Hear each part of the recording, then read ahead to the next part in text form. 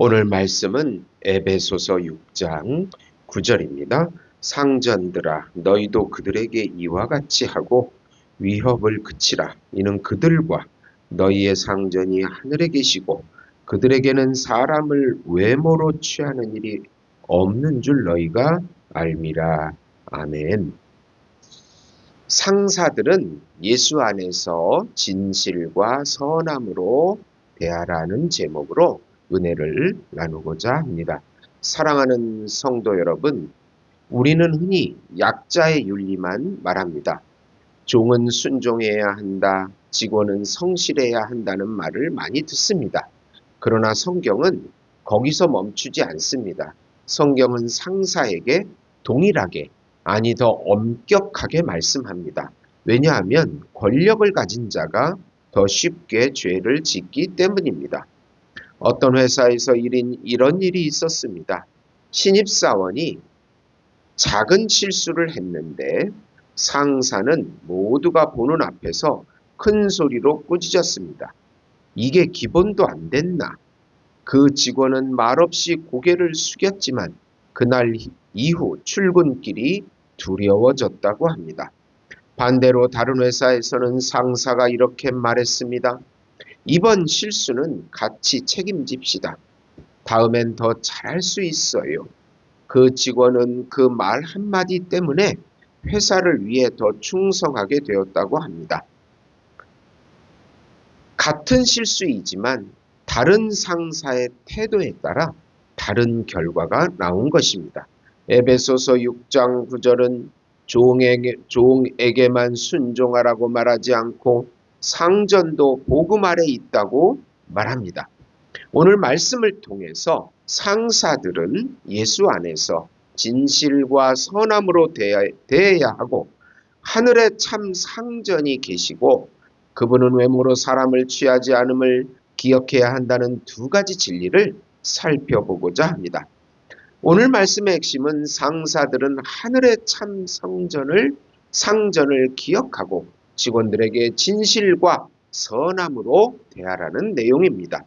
우선 고용인인 상사들은 예수 안에서 진실과 선함으로 대하라. 이번에는 상전에 관한 말씀입니다. 고용인은 위치상 상전입니다. 그래서 권한을 가지고 있습니다.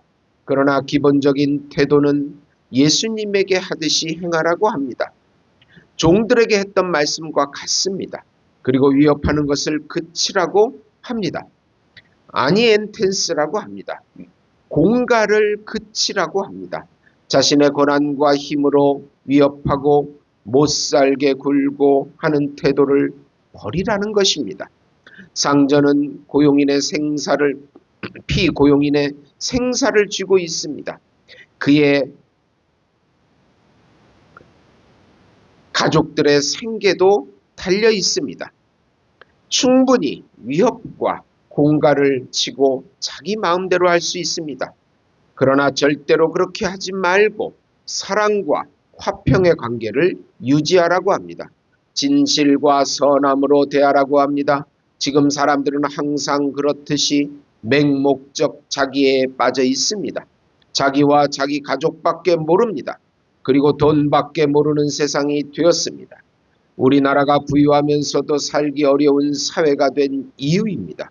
우리는 서로 섬기면서 사는 것이 하나님의 나라를 이루는 비결입니다.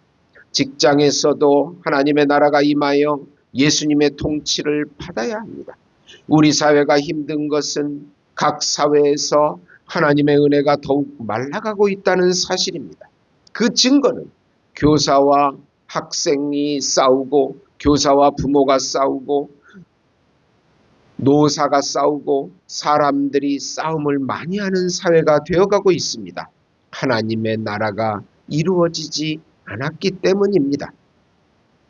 오늘 상전들아 이와 같이 그들에게 행하고 위협을 그치라. 이와 같이라는 말은 바로 앞 구절을 말합니다. 종들아 두려워하고 떨며 성실한 마음으로 육체의 상전에게 순종하기를 그리스도께 하듯 하라. 즉 종이 주께 하듯 순종하듯이 상사도 주께 하듯 대하라는 것입니다. 상사에게도 묻는 질문은 동일합니다.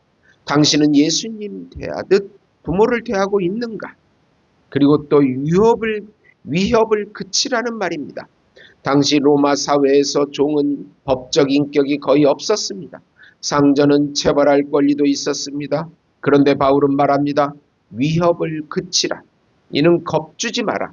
공포로 통제하지 말라. 힘으로 누르지 말라는 뜻입니다. 오늘날로 말하면 폭언, 인격모독, 무시와 차별, 부당한 압박, 이 모든 위협에 해당합니다.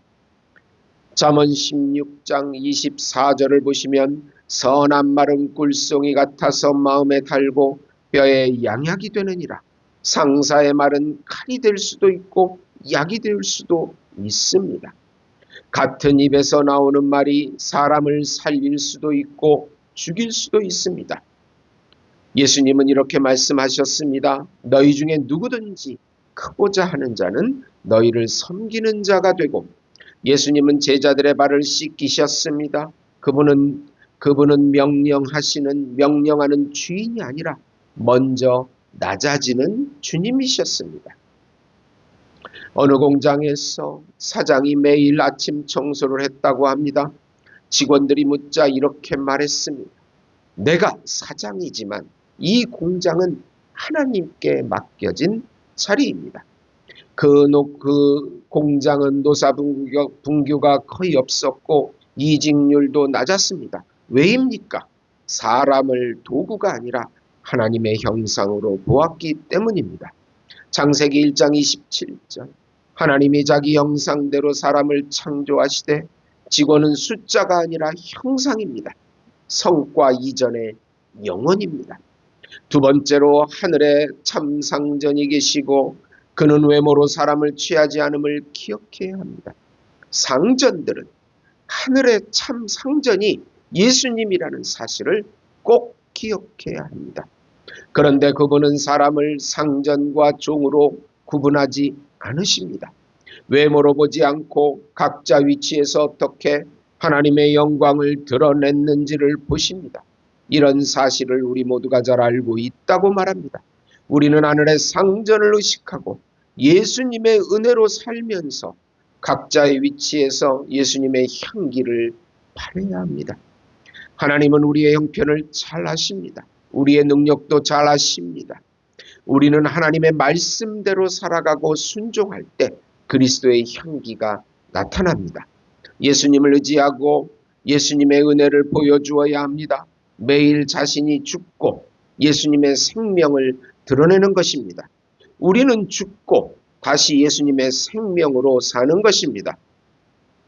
회개하면서 거룩함을 드러내는 삶입니다. 우리의 의가 아니라 오직 예수님의 의, 공로, 순종, 은혜로 살아갑니다. 모든 영광은 하나님께 돌리게 됩니다. 모든 것이 은혜이기 때문입니다. 칭의의 은혜로 시작해서 성화의 은혜로 나아갑니다.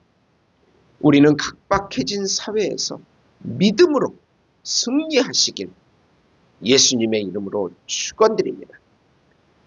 좀 더 구체적으로 살펴보면은 세상의 구조는 사장, 팀장, 직원처럼 보이지만 성경의 구조는 이렇습니다.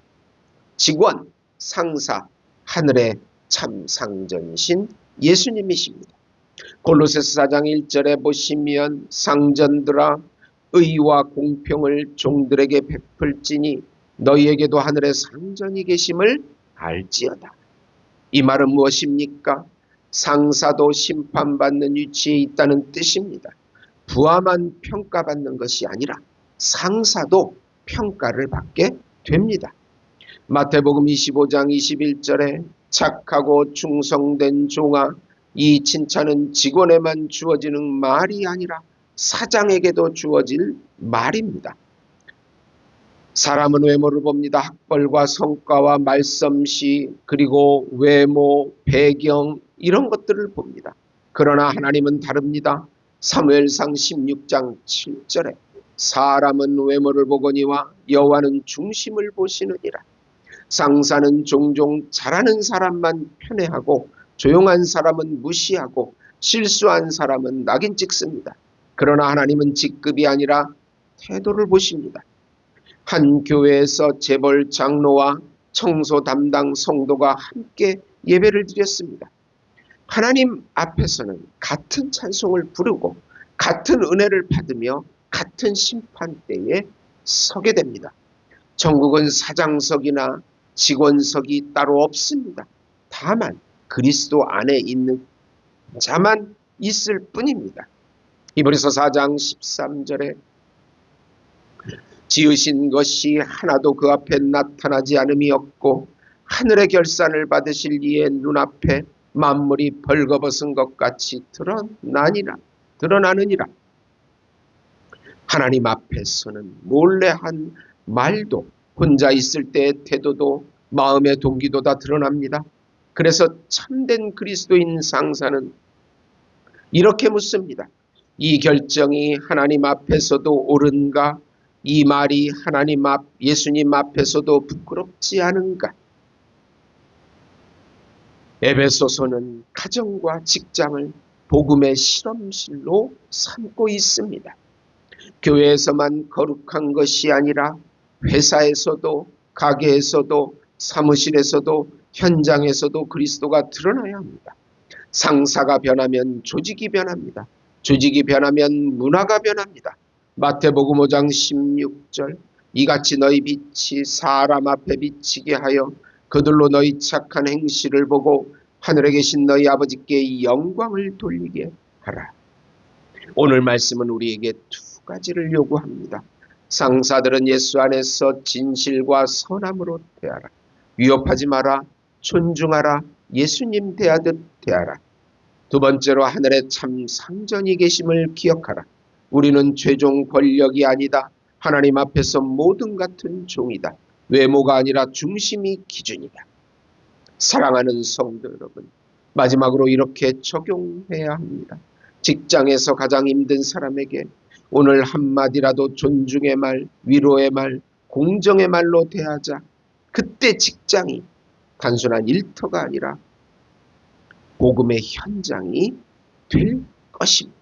사랑하는 성도 여러분, 오늘도 우리 모든 삶 가운데 하나님의 나라가 임하기를 기도하면서 오늘 우리 민족, 우리 나라 가운데 수많은 분규와 싸움과 상처와 아픔이 난무하고 있는데 속히 하나님의 나라가 임하기를 간절히 사모하셔서 또 직장에서도 하나님의 은혜를 누리시는 우리 예수 목장 교회 성도 여러분이 되시기를 예수님의 이름으로 축원드립니다.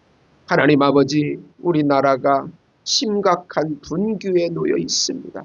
노사관계가 악화되고 고용인들은 공장을 못하겠다고 하고 또 직원들은 월급이 작다고 싸우고 있습니다.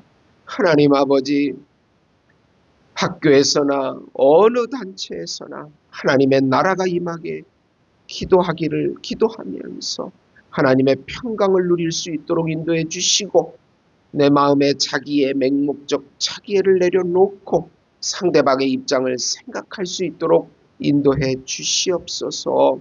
속히 통일이 되게 해 주시옵소서. 거짓된 성혁명 사상 동성애가 떠나가게 해 주시옵소서. 예수님의 이름으로 기도드립니다. 아멘.